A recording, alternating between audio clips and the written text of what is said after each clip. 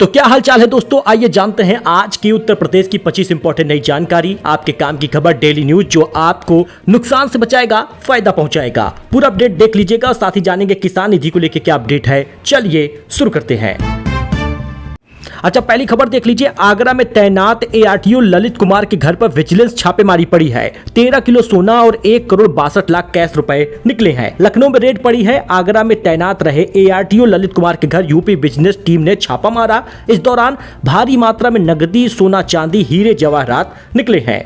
ललित कुमार के लखनऊ स्थित आवास पर छापा पड़ा था। तलाशी के दौरान करीब 1 करोड़ 62 लाख रुपए निकले हैं। 13 किलो सोना, 9 किलो चांदी, हीरे जवाहरात बरामद किए गए हैं। लखनऊ, बाराबंकी, रायबरेली, नोएडा में कई मकान, प्लॉट, फ्लैट, बुकिंग और कृषि भूमि में जुड़े दस्तावेज मिले हैं। इसके अलावा 2 कार, रिवॉल्वर, 1 करोड़ रुपए से अधिक में निवेश संबंधी दस्तावेज बरामद हुए हैं। बरामद सोना, चांदी और आभूषणों का अनुमानित मूल्य 20 करोड़ रुपए बताया गया है। मामले में आगे की जांच, वैधानिक कार्रवाई जारी है। जौनपुर का दशरथ मांझी वाला अवतार, न ठेकेदार न सरकारी बजट, 7,80,000 का चंदा इकट्ठा करके ग्रामीणों ने अपने दम पर खड़ा कर दिया 32 फीट का पुल।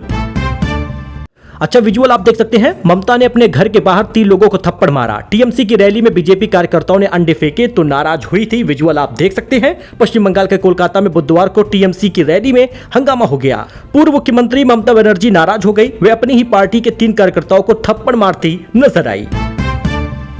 गलत काम करने वालों की आलोचना होनी चाहिए। अयोध्या में चढ़ावा चोरी पर अनुपम खेर बोले, इससे लोगों की आस्था पर फर्क नहीं पड़ता। फिल्म अभिनेता अनुपम खेर मंगलवार को अयोध्या पहुंचे। यहां उन्होंने सबसे पहले हनुमानगढ़ी और राम जन्मभूमि में दर्शन पूजन किया। भगवान राम, बजरंग बली का दर्शन, आशीर्वाद लिया है। उसके बाद उन्होंने अपनी नई फिल्म श्री राम भूमि की शूटिंग शुरू कर दी। उन्होंने बताया कि फिल्म की शूटिंग अयोध्या में करीब 10 से 12 दिन तक चलेगी।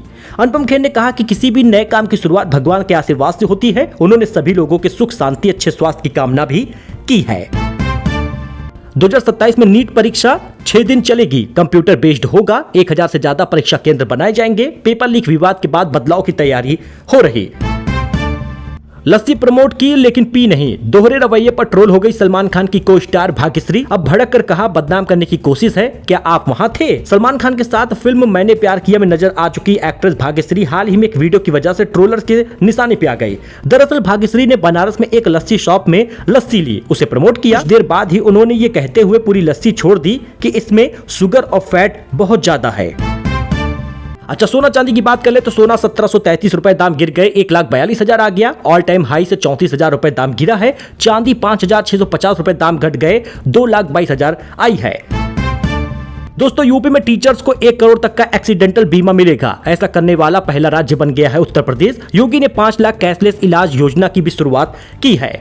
यूपी में शिक्षकों को 1 करोड़ रुपए तक का एक्सीडेंटल बीमा मिलेगा। सीएम योगी ने काशी से बुधवार सुबह 11:30 बजे इसका ऐलान किया। सीएम ने कहा, यूपी ऐसा करने वाला देश का पहला राज्य है। इस योजना का लाभ शिक्षकों, शिक्षा मित्रों, रसोइयों को मिलेगा। इसके लिए भारतीय स्टेट बैंक के साथ समझौता MOU किया गया है।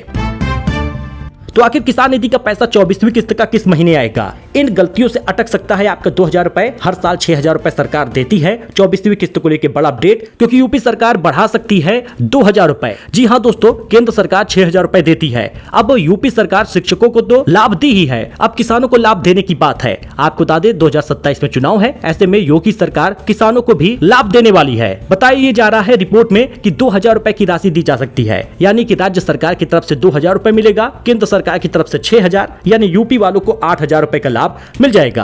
आधार, ई-केवाईसी, बैंक खाते या अन्य तकनीकी कारणों से उनकी किस्त अटक गई है तो 24वीं किस्त में आप सुधार कर लीजिए। 4 गलतियों से किसान निधि अटकती है। ई-केवाईसी का अधूरा होना, फार्मर ID ना बना होना, डीबीटी और बैंक खाता लिंक ना होना, खेत का वेरिफिकेशन ना होना। दोस्तों, ये सारे काम करा लीजिए, क्योंकि अब यूपी सरकार भी देने वाली है किसान निधि। हालांकि अभी तक आधिकारिक ऐलान तो नहीं हुआ, और आपको पता ही है कि पेंशन में भी ऐलान के बाद पेंशन की राशि बढ़ाई नहीं गई, 3,000 रुपए ही क्रेडिट हो रहा। अगर आपकी किस्त रुकी हुई है तो खुद अपने मोबाइल से इसको ठीक कर सकते हैं। 2,000 रुपए की 2 किस्त, यानी कुल 4,000 रुपए आपको मिल जाएगा। ऑनलाइन ई-केवाईसी कर लीजिए, आधार कार्ड को खेती की जमीन से जोड़ लीजिए। बताया जा रहा है कि जल्द ही किसान निधि की 24वीं किस्त भी जारी हो जाएगी। अक्टूबर-नवंबर के आसपास 24वीं किस्त आने की बात बताई जा रही, जिसका कार्य सितंबर से ही शुरू हो जाएगा। यूपी के किसानों को फायदा होगा। बताया यह भी जा रहा है कि यूपी सरकार भी 2,000 दे सकती है।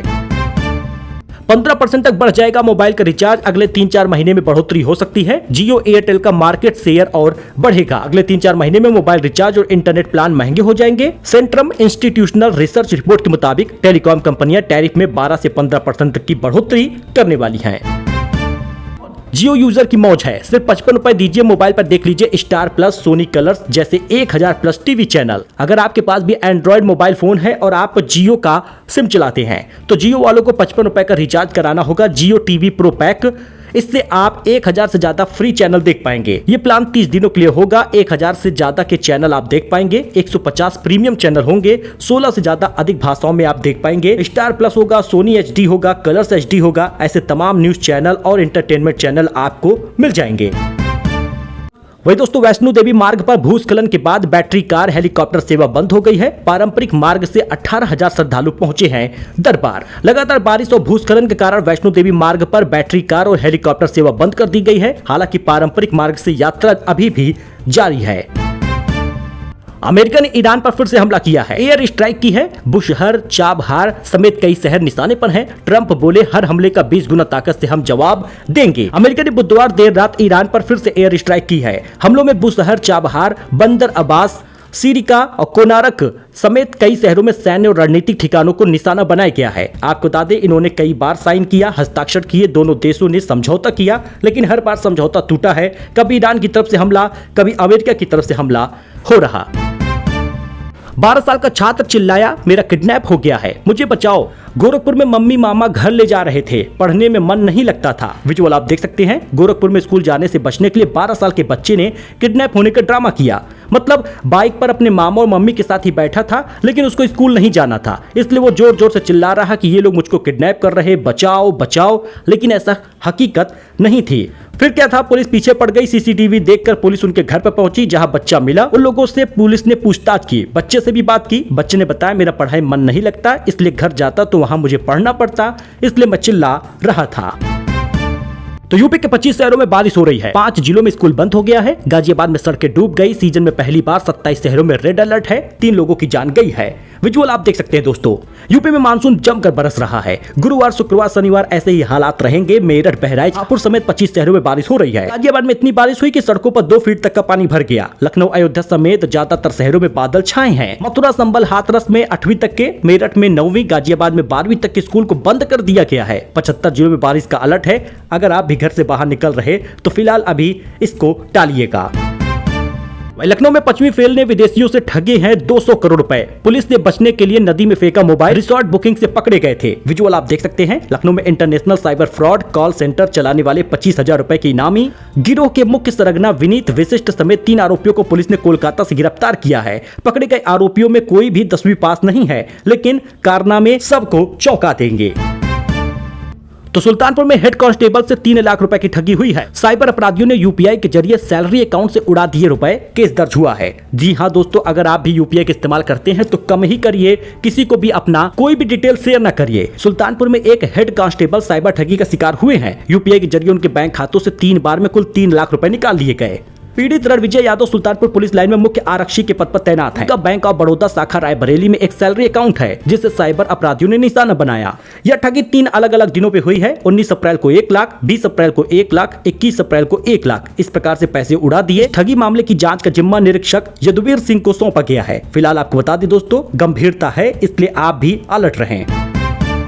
देश में बाहर खाने के बजाय घर मंगाने का क्रेज बढ़ गया है। 8.5 लाख करोड़ के फूड मार्केट में क्लाउड किचन बने हैं मुनाफे की मशीन। भारत में बाहर खाने से ज्यादा अब घर पर मंगाकर खाने का क्रेज बढ़ गया है। रेड सीट स्ट्रेटेजी कंसल्टेंट की ताजा रिपोर्ट के मुताबिक देश का फूड सर्विसेज बाजार अभी 8.5 लाख करोड़ रुपए का है, जो 2030 तक बढ़कर 14 लाख करोड़ से ज्यादा का हो जाएगा।